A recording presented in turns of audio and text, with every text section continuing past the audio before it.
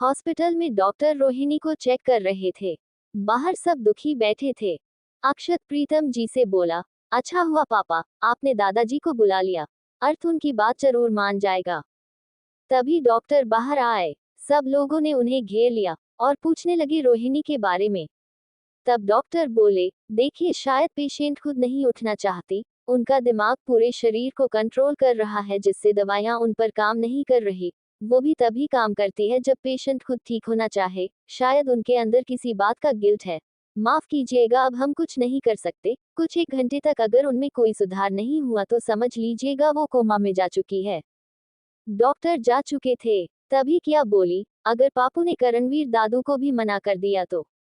तब आदित्य बोला, उस आदमी से किसी भी चीज की उम्मीद मत रखो किया। उसे कोई फर्क नहीं पड़ता हमारी माँ के जीने मरने से, जबकि ये सब उसी की वजह से हो रहा है।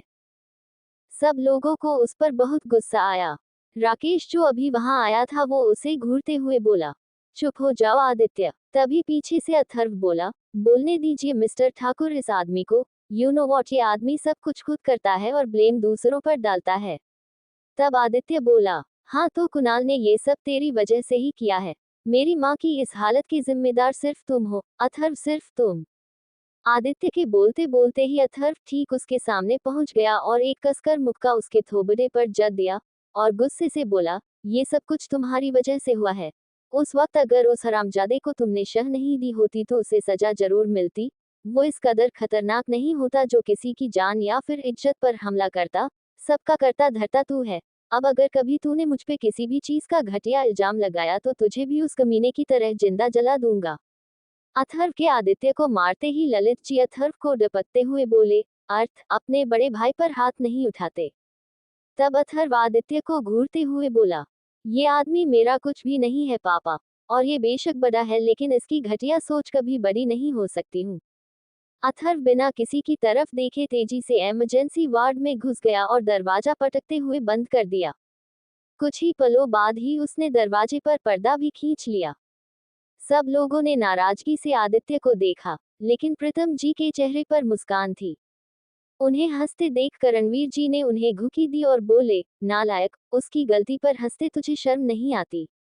तब प्रीतम जी बोले, मेरे बेटे ने कोई गलती नहीं की है पापा, मैं उसकी जगह होता तो दो चार और लगाता।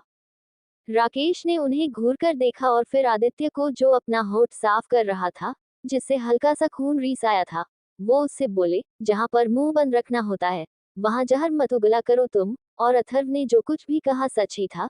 तुम्हारे एक झूठ ने तुम्हारी माँ को वहां ला पटका है, जहां हमारा पैसा पावर कुछ भी काम नहीं आ रहा। तब प्रीतम जी राकेश को उंगली चुभोते हुए बोले, मेरा बेटा जादू मंत्र फूंक कर आपकी धर्मपत्नी को उठा ही देगा बड़े भैया। राकेश पहले तो थोड़ा दूर खिसका और फिर प्रीतम जी को उंगली दिखाते हुए बोला, तुमने ही अथर्व और उसके बाद उसके इन बच्चों को ये बेहुदा हरकतें सिखाई हैं, है ना। ललित जी और विराट जी के साथ सबने मुस्कुराते हुए प्रीतम जी को देखा, जो अपने बालों में हाथ घुमाते हुए स्टाइल मार रहे थे, जैसे राकेश ने उनकी तारीफ की हो। अदिति जल्दी से उनके पास आए और उन्हें एक थूमका मारकर करणवीर जी से बोली, बिग दादू, आपने पापा को कैसे पटाया, जरा मुझे भी बताओ, मुझे भी उनसे कुछ काम निकलवाना है। तभी ग्रंथ भी वहां आ गया, जिसकी हल्की सूजी आंखें देखकर अक्षत उससे बोला, ग्रंथ तुम तो रात में घर गए थे ना, फिर भी नहीं सोए, ये आंखें क्यों सूजी हुई हैं तुम्हारी। वंश लोगों ने शक भरी नजरों से उसे देखा। तभी अद्वैत उसे फंसाते हुए बोला, ये जरूर पापा के साथ गया होगा। बताओ ग्रंथ, क्या सच में तुम लोगों ने उस आदमी को जिंदा जला दिया। तब ग्रंथ झेपते हुए बोला, मैं तो कल रात को ही अपने घर चला गया था। तब अदिति उसके पास जाकर उसे सूंघते हुए बोली, तुमसे झूठ की बू आ रही है राक्षस आदमी, सच बता दो, अगर गए थे उनके साथ तो फोटो वगैरह भी खींच लेते, हम भी इतना मजेदार सीन देख लेते। सबने अदिति को अजीब नजरों से घूरा। तभी ग्रंथ का इविल बोला, तुम्हारे लिए तो पूरी रिकॉर्डिंग की है मेरी जान, कहो तो दिखा दूं। और तभी ग्रंथ ने अपने दोनों हाथों को मुंह पर रख लिया और नामे सिर हिलाने लगा। सब लोगों ने उसे हैरानी से देखा। तभी ललित जी बोले, लो, इस खरबूजे को अपने ही जैसा नालायक दामाद मिल गया, जो उसे रोकने के बजाय उसका साथ देता है। तभी इवल दोबारा से मुंह खोलते हुए बोला, दादाजी, उस आदमी ने मेरी अदिति पर गंदी नजरें डाली थी, आवी लोगों को चोट पहुंचाई और फिर रोहिणी दादी को बीच में घसीटा, इसलिए डीबी ने उसे जिंदा जला दिया। मैं तो छोटे छोटे टुकड़े करके कुत्तों को खिला देता। बस डीबी के लिए रुक गया ताकि वो अपना गुस्सा निकाल सके। एक बार फिर ग्रंथ ने अपना मुंह चाप लिया और बोला, मैंने कुछ नहीं बोला। सभी बड़े उसे घूरकर देख रहे थे। तभी विराट जी बोले, कहीं तू भी तो अपने अंदर दूसरा मानुष लेकर तो नहीं घूमता अपने ससुर की तरह। तब अक्षत बोला, इसे भी अथर्व वाली घड़ी पहनानी पड़ेगी लगता है, तभी मैं कहूँ वो राक्षस तुम पर इतना मेहरबान कैसे हो रहा है। ग्रंथ मन ही मन ईवल को कोसते हुए साइड में बैठ गया। बच्चों को तो कुछ समझ में नहीं आ रहा था, लेकिन बड़े सब ग्रंथ को गौर से देख रहे थे।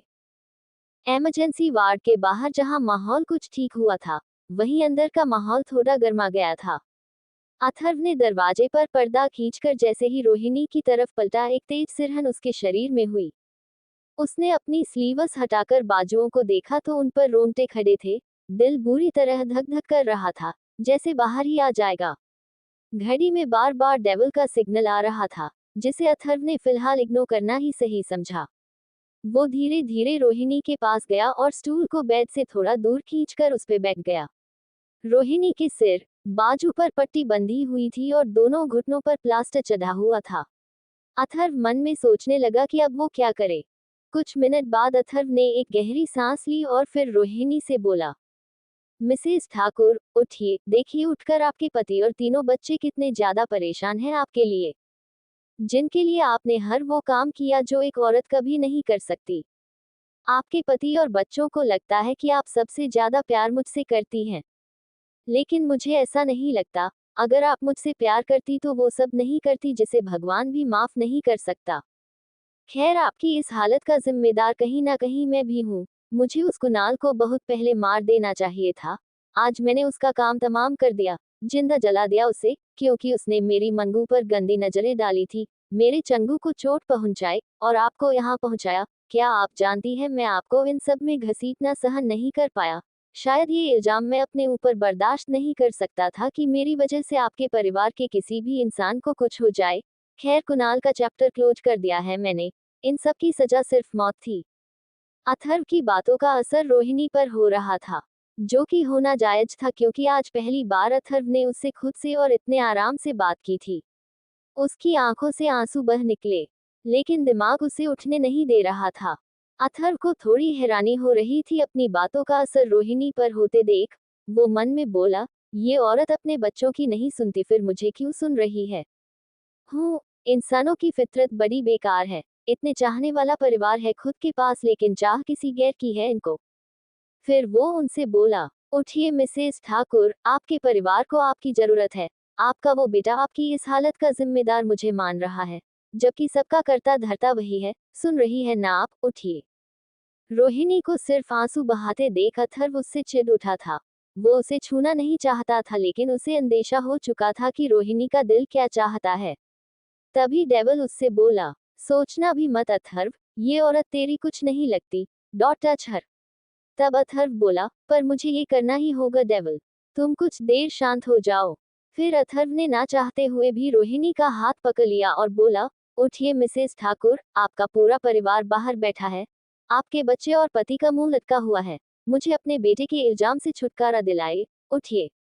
रोहिणी की पलकें हिल रही थी। अथर्व के अपना हाथ पकड़ने से उसका दिल भाव विभोर हो गया। अपने दिमाग से बोलने लगी और पूरी ताकत लगाकर अपनी आंखें खोलने की कोशिश करने लगी।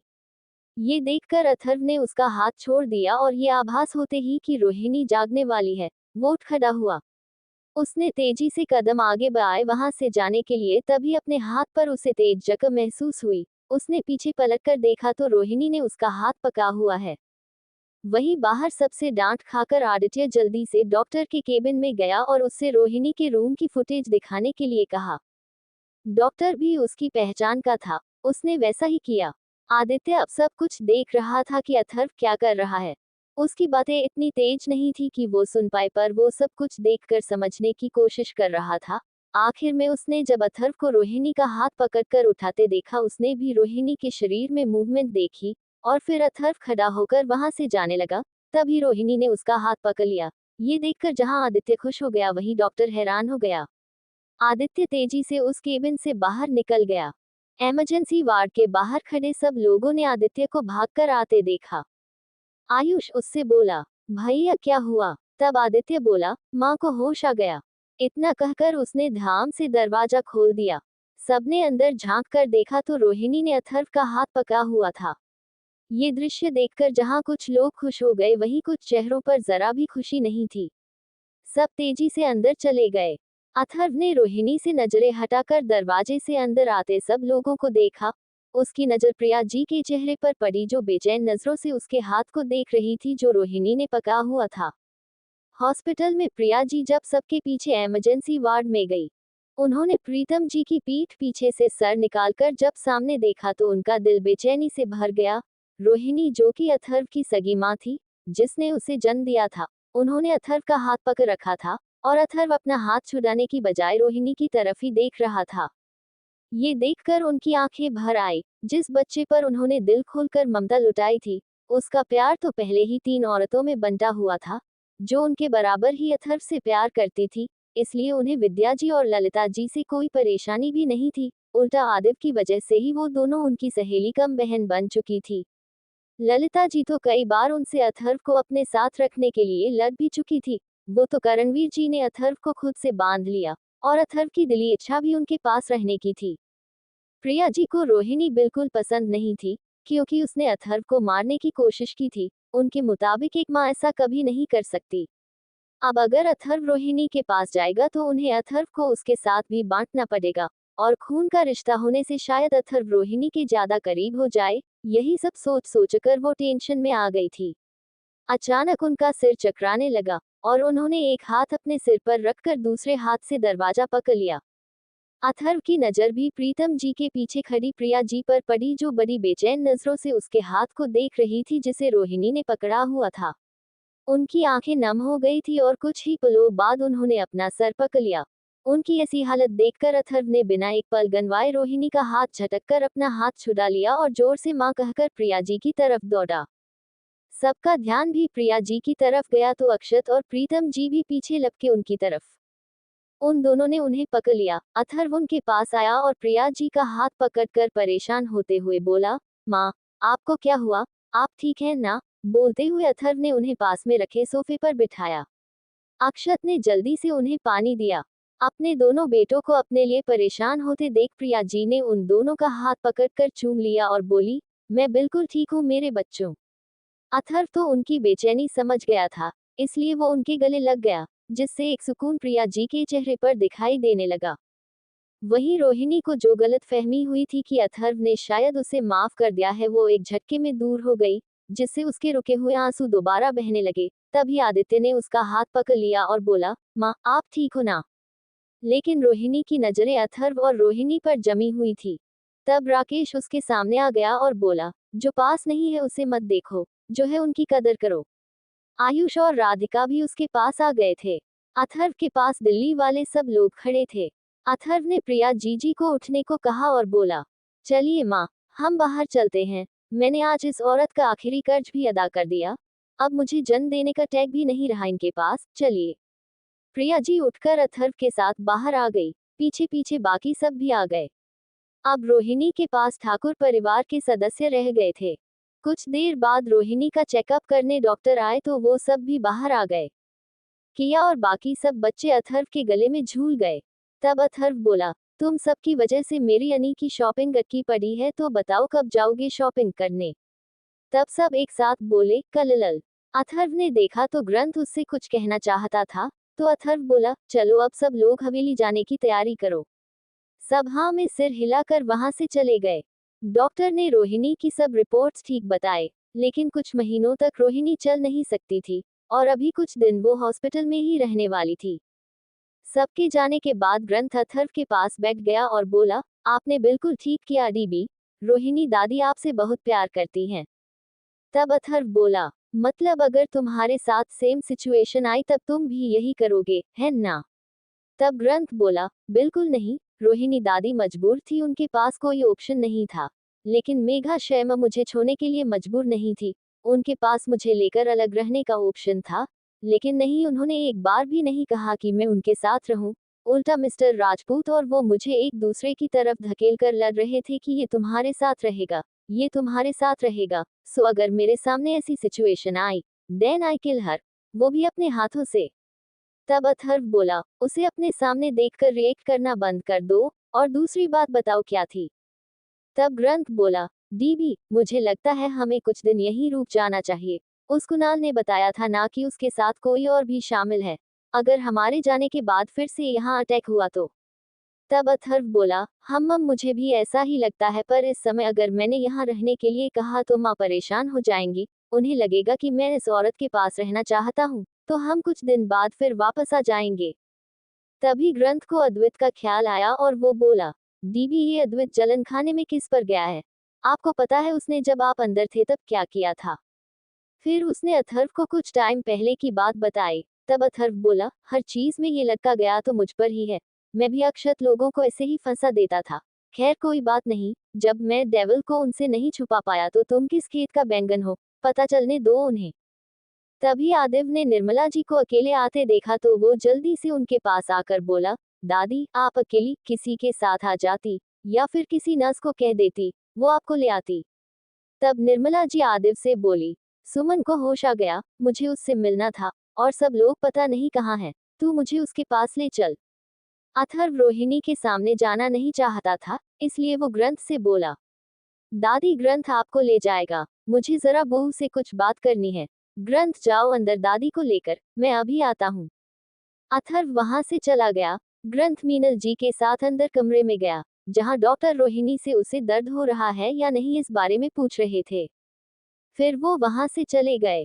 वहीं अथर्व कमरे में गया तो सब तैयार थे। प्रीतम जी अथर्व से बोले, अर्थ में अक्षत, लक्षिता और प्रिया दिल्ली के लिए निकल रहे हैं, साथ में विराट और ललित भी। तो तुम और आराध्या बच्चों के साथ कुछ दिन यहीं रुक जाओ, 2-4 दिन में आ जाना, जब भाभी जी घर आ जाएंगी।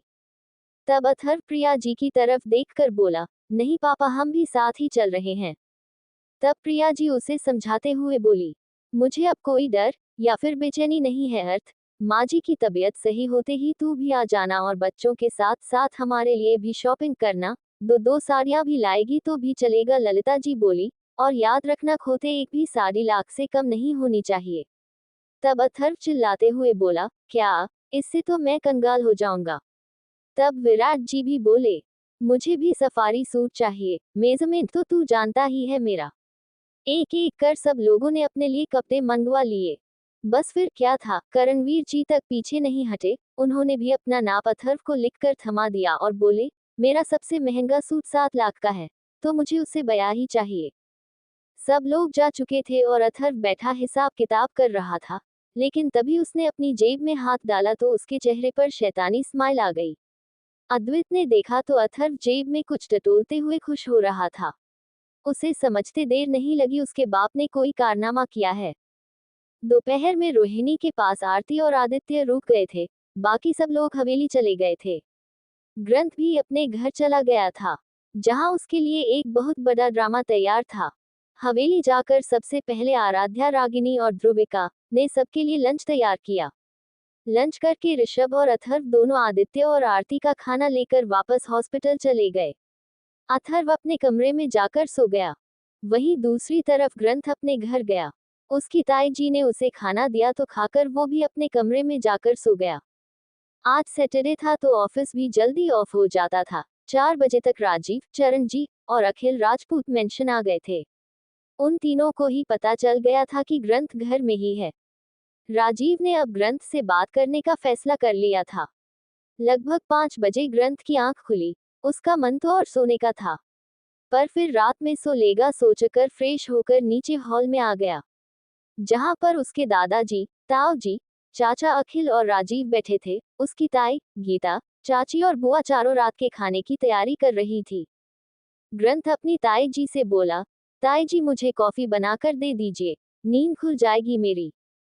फिर वो अपने दादाजी के पास जाकर बैठ गया।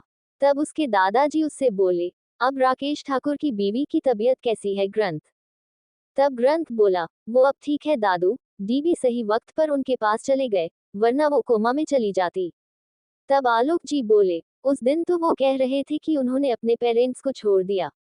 तब ग्रंथ बोला, आपको उन्होंने सब बताया है? तब आलोक जी ने हाँ में सिर हिलाया। तब ग्रंथ बोला, हम डीबी है ही इतने प्यारे, उन्हें जन्म पर पसंद ना करने वाले आज तरस रहे हैं उनके लिए, पर वक्त गुजर चुका है, और प्रिया दादी उनको किस हद तक चाहती है ये भी मैंने आज देखा। खैर ताऊ जी, आपके कंधे की चोट अब कैसी है? ग्रंथ अथर्व की तारीफ के कसीदे पढ़ रहा था जिसे सुनकर राजीव जल भून कर राख हो गया। तभी ग्रंथ के मुंह से अदिति से शादी करने की बात सुनकर वो चुप नहीं रह पाया और बोला, मुझे तुमसे इसी बारे में बात करनी है। ग्रंथ ग्रंथ ने तीखी नजरों से उसकी तरफ देखा और बोला, पहले तो ये मेरा नाम बोलना बंद कीजिए, आपके मुंह से मुझे अपना नाम अच्छा नहीं लगता। ग्रंथ की बात सुनकर राजीव का चेहरा तमतमा गया और वो गुस्से से बोला, अच्छा तो वो अथर्व सूर्यवंशी चंद दिनों में तुम्हारा सगा हो गया, क्या दिया क्या है उसने तुम्हें? तब ग्रंथ भी उसे घूरते हुए बोला, जो आपने कभी नहीं दिया वो दिया है उन्होंने मुझे, समझे आप? तब राजीव बोला, जरा सा प्यार का ढोंग क्या कर दिया उस आदमी ने, तुम तो खुद को उसकी औलाद ही समझ बैठे। मत भूलो तुम्हारा वजूद मुझसे है, तुम मेरी औलाद हो, और ये सच तुम कभी नहीं बदल पाओगे। तुम्हारी शादी भी वहीं होगी जहां मैं चाहूंगा। कल दोपहर को तैयार रहना, मिस्टर चौधरी अपने परिवार के साथ लंच पर आएंगे, साथ में उनकी बेटी टीना भी आएगी, जिससे मैंने तुम्हारी शादी तय कर दी है। तुम्हें भी उनसे हाँ ही कहना है, समझे? वरना। राजीव की बात सुनकर रुद्रांश सिर से पांव तक सुलग गया। वो गुस्से से बोला, वरना? वरना क्या करेंगे आप? बताए, मुझे इस परिवार से बेदखल करेंगे तो कर दीजिए, मैं तैयार बैठा हूं इसके लिए। तभी अखिल ग्रंथ को समझाते हुए बोला, एक बार हमारी बात सुन लो। टीना चौधरी शक्ति चौधरी की इकलौती बेटी है, पूरे 3,000 करोड़ की मालकिन है वो, जिससे शादी करते ही वो 3,000 करोड़ उसके पति के होंगे, यानी कि तुम्हारे। इससे हमारा बिजनेस किस लेवल पर होगा, ये सोचकर देखो। ग्रंथ तब ग्रंथ उसे भी घूरते हुए बोला, ओह, तो आप लोगों ने मुझे अपने बिजनेस को बाने का साधन समझ लिया है? मिस्टर अखिल राजपूत, आप या आपके भाई चाहे तो अपने बच्चों का सौदा कर लीजिए, मैं या मेरी बहन शिविका आपके परिवार के किसी भी बिजनेस डील का हिस्सा नहीं बनेंगे, समझे आप लोग? विस्मयादिबोधक चिन्ह। तब राजीव बोला, टीना से शादी करने के बदले पूरे 3,000 करोड़ मिलेंगे तुम्हें, वो अथर्व सूर्यवंशी क्या दे रहा है तुझे? तब ग्रंथ बोला, वो जो दे रहे हैं बहुत कीमती है, उनकी बेटी उनके पूरे परिवार की जान है, और हर किसी को अपनी तरह लालची समझना बंद कर दीजिए। मुझे उनके या फिर आपके किसी के भी बिजनेस दौलत से कोई फर्क नहीं पड़ता। मुझे सिर्फ अपनी लाइफ में सुकून चाहिए, जो मुझे सिर्फ अदिति के साथ मिलता है, और हमेशा की तरह अपने इस नाजायज को आगे कर दीजिए ना। वो कर लेगा ये शादी, और दे देगा आपको 3,000 करोड़, या फिर अपने भतीजे और भांजे का सौदा कर दीजिए। मुझसे वैसे ही किसी चीज की उम्मीद मत कीजिए, जैसे हमेशा से मैंने आपसे नहीं की, और दोबारा मेरे सामने ये सौदेबाजी का जिक्र भी मत कर दीजिएगा, वरना दादाजी, मैं आपसे कह रहा हूँ, दोबारा कभी इस घर में कदम भी नहीं रखूंगा। इतना कहकर ग्रंथ बिना किसी की तरफ देखे मेंशन से बाहर निकल गया। ग्रंथ के जाने के बाद आलोक जी राजीव से बोले, मैंने तुमसे कहा था ना कि ग्रंथ से इस बारे में कोई बात मत करना। तब राजीव उनसे बोला, क्या आपको नहीं दिख रहा पिताजी, वो अथर्व सूर्यवंशी क्या कर रहा है? जरा सा लाड दुलार देकर इस लड़के को बहका रहा है, और ये बेवकूफों की तरह उसके आगे घूम रहा है। तब आलोक जी बोले, तुम सब नहीं जानते अथर्व सूर्यवंशी क्यों ग्रंथ में इतना दिलचस्पी ले रहा है। दरअसल जैसी जिंदगी ग्रंथ ने जी है, कुछ वैसी ही उसने भी जी है। तब चरण जी बोले, मतलब पिताजी? तब आलोक जी बोले, मतलब ये कि अथर्व सूर्यवंशी सूर्यवंशी नहीं, बल्कि अथर्व ठाकुर है। वो राकेश ठाकुर का बेटा है, जिसे जन्म से ही उसके माता पिता ने ठुकराया, और प्रीतम सूर्यवंशी उसके ही जुड़वा भाई है, जिसने उसे अनजाने में ही गोद ले लिया और ऐसे बन गया वो अथर्व सूर्यवंशी। उसके बाद आलोक जी ने सबको अथर्व के बारे में सब बताया। फिर वो बोले, राजीव, हर कोई पैसे का भूखा नहीं होता। अथर्व सूर्यवंशी और ग्रंथ ये दोनों ऐसे इंसान हैं जिन्हें सिर्फ प्यार की भूख थी। अथर्व सूर्यवंशी को दिल्ली में 3-3 परिवारों ने अपनाया, और ग्रंथ को अथर्व सूर्यवंशियों ने। आगे जाकर तुम भी राकेश ठाकुर की तरह ना पछताओ। इसलिए तुम्हें भी मैं समझाता आ रहा था कि वक्त रहते ग्रंथ को संभाल लो, लेकिन तुम्हें हर्षद और यामिनी के आगे कभी कुछ नहीं दिखा। अब मुझे नहीं लगता कि ग्रंथ पर अधिकार तुम्हारे बस का है, क्योंकि वो बड़ा हो चुका है, बालिग है, वो अपनी जिंदगी के फैसले खुद ले सकता है। शुक्र मनाओ, अथर्व सूर्यवंशी ने उसे अपना बेटा नहीं दामाद चुना है। अगर वो चाहते तो हमें बिना पता चले उसे गोद भी ले सकते थे, लेकिन वो जानते हैं उसके दादा ताई ताऊ शिविका उसकी जिम्मेदारी है, जिसे वो ग्रंथ को निभाने से रोकेंगे नहीं। और मिस्टर चौधरी को मना कर दो, मुझे मेरा पोता तुम्हारे 3,000 करोड़ से ज्यादा प्यारा है। अगर वो इस घर से गया तो मैं चरण और बहू के साथ शिविका को लेकर दिल्ली में रहने चला जाऊंगा। आलोक जी वहां से जा चुके थे। पीछे राजीव खुद में ही बड़बड़ रहा था, ऐसे कैसे वो मेरे बेटे को बिना बताए गोद ले लेते। मुझे अब कुछ भी करके इस अथर्व सूर्यवंशी से ग्रंथ को दूर करना ही होगा, कुछ तो सोचना पड़ेगा। वही ग्रंथ गुस्से में राजपूत मेंशन से निकल गया था अपनी कार लेकर। वो बड़बड़ भी रहा था। वो मन में बोला, ये आदमी दिन पर दिन नीचे गिरता जा रहा है। मेरा सौदा करने चला था, आग ना लगा दूं उनके इन 3,000 करोड़ में। ग्रंथ का ध्यान बड़बड़ करते हुए ड्राइविंग से बार बार हट रहा था, जिसकी वजह से उसकी कार सीधे सामने से आ रही गाड़ी से टकरा गई। ग्रंथ का सिर स्टीयरिंग से टकराया, पर उसे ज्यादा चोट नहीं आई, बस लाल निशान माथे पर उभर आया। वो गुस्से से गाड़ी से नीचे उतरा तो देखा सामने गाड़ी में मेघा बैठी थी। ड्राइविंग सीट पर उसकी सौतेली बेटी बैठी थी जिसके सिर से खून बह रहा था। मेघा उसे देखने में बिजी थी। उसने सामने ग्रंथ को नहीं देखा था, इसीलिए ग्रंथ तुरंत गाड़ी में बैठा और तेजी से वहां से निकल गया। वो पहले ही घर से लगकर निकला था, अब वो और अपना मूड नहीं बिगाड़ना चाहता था, इसीलिए वो वहां से चला गया था। वही वो लड़की जाह्नवी थी, मेघा की सौतेली बेटी। वो मेघा से बोली, मोम देखिए वो गाड़ी जा रही है, कितना बदतमीज इंसान है। माफी मांगकर या फिर हमें हॉस्पिटल पहुंचाकर भी तो जा सकता था। जल्दी उसकी गाड़ी का नंबर नोट कीजिए, इसे मैं छोड़ने वाली नहीं हूँ। बिना ये जाने कि वो ग्रंथ था, मेघा ने गाड़ी का नंबर नोट कर लिया। शाम के 6:30 बजे थे जब अथर्व लोगों ने हवेली के हॉल में उधम मचाया हुआ था। अथर्व ने जब सभी बच्चों को बिठाकर उनकी शॉपिंग का हिसाब जोड़ा तो उसके तोते उठ गए। बच्चों ने 2 करोड़ रुपए तक की शॉपिंग करने का प्लान बनाया था। तब अथर्व अदिति से मिन्नतें करते हुए बोला, मेरी मंगू, मेरी दिति, तुझे तो मैंने भगवान से मान कर लिया है। फिर अद्वित को देख, ये चितकबरा तो फ्री में आ गया। फिर अदिति से, तू तो अपने बाप पर रहम खा ले बेटू। तब अदिति बोली, रहम खाने से मेरा पेट नहीं भरेगा पापा, इतनी मुश्किल से मौका हाथ आया है, आपकी ही बेटी हूँ, हाथ से थोड़े जाने दूंगी। तभी अद्वित बोला, और मैं फ्री में हूँ, तो अब देखिए, किया दी की शादी की शॉपिंग भी मैं इसी कार्ड से करूंगा। तभी अथर्व ने ग्रंथ को आते देखा तो अदिति से बोला, दिति, तुझे तो अपने इस होने वाले पति को कंगाल करना चाहिए, मेरे कार्ड के पीछे क्यों पड़ी है।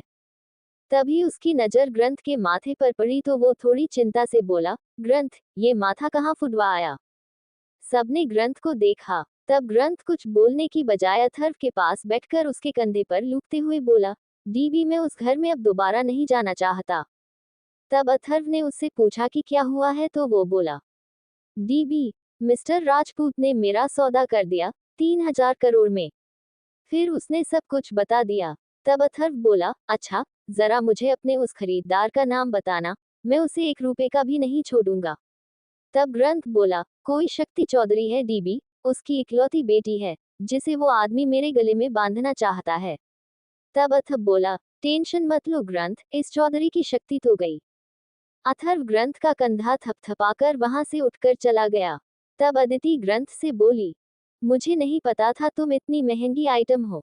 तब ग्रंथ चिढ़ते हुए बोला, तुम्हें हंसी आ रही है। फिर धीरे से उसके कान के पास आकर ईवल बोला, आज रात मैं यहीं रुकूंगा और ढेर सारी चुम्मियां लूंगा। ग्रंथ ने अपने मुंह पर हाथ रख लिया और बोला, मैंने ये नहीं कहा। लेकिन अदिति ने अपना मुक्का तैयार कर लिया था। वो ग्रंथ के ऊपर चका उसे मारने लगी। सामने बैठे सभी बच्चे हंस रहे थे। आराध्या ने आकर उसे ग्रंथ से अलग किया और डांटते हुए बोली, अदिति, तू बड़ी हो चुकी है, कुछ तो लड़कियों वाले रंग ढंग सीख। तब अदिति बोली, मम्मी, ये बेवड़ा कह रहा है कि ये। तभी ग्रंथ बोला, आंटी, मैं तो बस मजाक कर रहा था।